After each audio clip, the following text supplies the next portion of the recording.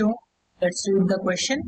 The question says an electric dipole consists of two opposite charges, each 0.05 microcoulomb, separated by 30 mm.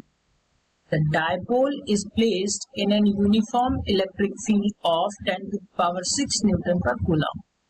The maximum torque exerted by the field on the dipole is.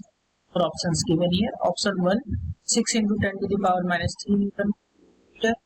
Option 2 says 3 into 10 to the power minus 3. Option 3 15 into 10 to the power minus 3. And option 4 5 into 10 to the power minus 3. सो बच्चों, सबसे पहले इसके solution में हम बात करेंगे इसके की कॉन्सेप्ट की। जब हम की कॉन्सेप्ट पे देखेंगे तो ध्यान रखना, यहाँ पे बात कर रहा है टॉर्क की, तो हम टॉर्क देखेंगे। टॉर्क इक्वल्स टू होता है पी ई साइन थीटा के। और यहाँ पे एक चीज और पूछ रहा है, ये भी ध्यान रखिएगा, जो पी होता है यहाँ से, जो अगर हम पी की बात करें तो पी जो होता है वो होता है डायपोल।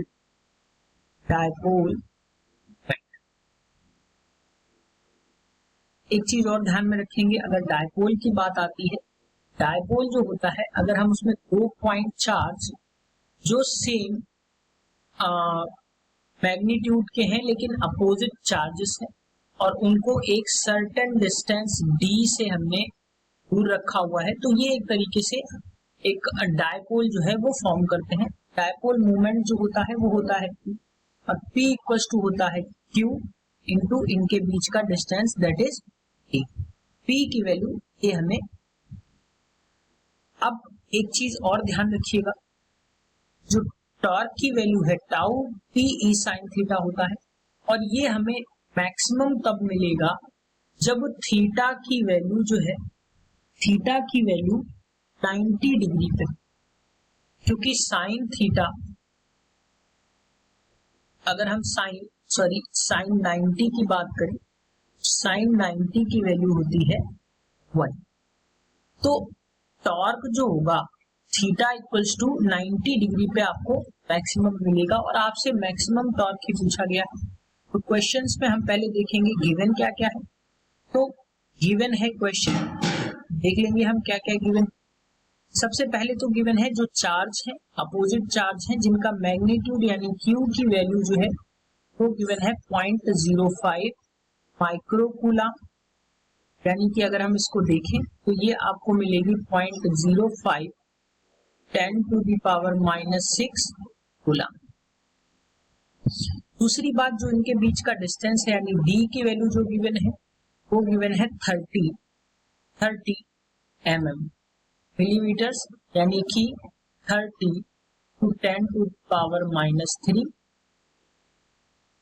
अब अगर बच्चों इसको नेक्स्ट स्लाइड में देखेंगे, इन सारी वैल्यूज को अगर हम यहाँ पे पुट कर दें तो हमें यहाँ से मिल जाएगा जो वैल्यू मिलेगी। सबसे पहले अगर हम डायपोल मोमेंट की बात करें तो P की वैल्यू अगर हम निकालें तो P इक्वल्स टू हमें यहाँ पे मिल जाएगा, जो कि मिलेगा Q यानी कि 0.05 into 10 to the power minus 6, 10 to the power should be minus, तो 10 to the power minus 6 into 0.5 to 10 to the power minus 6 into जो डिस्टेंस है यानी 30 10 to the power minus. So बच्चों, जो डायपोल मूवमेंट आएगा P equals to आपको मिल जाएगा यहाँ से 1.5 into 10 to the power minus 9। अब हमें टॉर्क की वैल्यू निकालनी है, तो टॉर्क इक्वल्स टू, अभी हमने बताया जो मैक्सिमम मिलेगा वो मिलेगा आपको PE पे।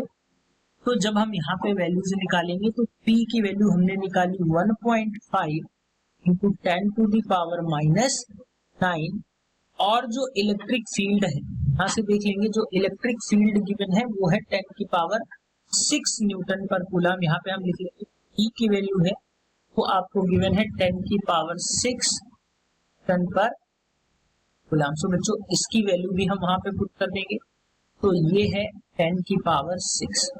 सो बच्चों जब हम इसको सॉल्व करेंगे ये हमें मिल जाएगा 1.5 10 to the power minus 3 newton metre. जो टॉर्क मिला हमें, जो मैक्सिमम टॉर्क मिला वो मिला हमें 1.6 into 1.5 into 10 to the power minus 3 newton metre. So अगर हम ऑप्शंस की बात करें, जो ऑप्शन 4 है that is 1.5 into 10 to the power minus 3 newton metre. This is the right answer for this question. Hope you understood it well. Best of luck.